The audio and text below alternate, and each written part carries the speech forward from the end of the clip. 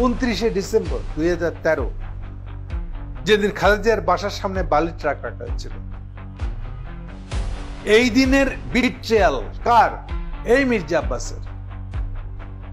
আমি জীবনে ভুলতে পারবো না, এত প্রত্যক্ষভাবে আমি জড়িত ছিলাম। পুরোটা ঘটেছিল এই আব্বাসের বিট্রিয়ার জন্য। ওই যে লোকে স্যাটারিক্যালি বলে বালির ট্রাক সরাতে পারেন না, এত গল্প করেন কেন? তো বালির ট্রাক সরানো, বালির ট্রাক ওখানে গেড়ে বসছিল তা আসলে মির্জা আব্বাসের জন্য, কারণ সে তার ব্যাংক বাঁচানোর জন্য নিজেকে বেঁচে দিচ্ছে হাসিনার কাছে।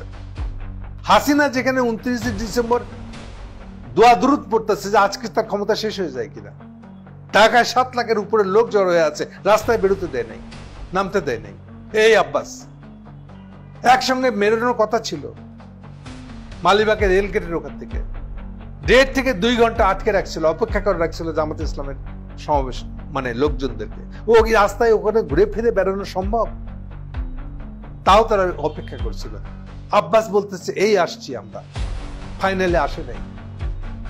ফলে জামাতে ইসলাম একা যেমনি মিছিলটা বার করে সাথে সাথে পুলিশ গুলি করে এবং ওই স্পটে 2টো জামাতের কর্মী মারা যায়। এগুলো আমরা ভুলে গেছি, আমরা জানি।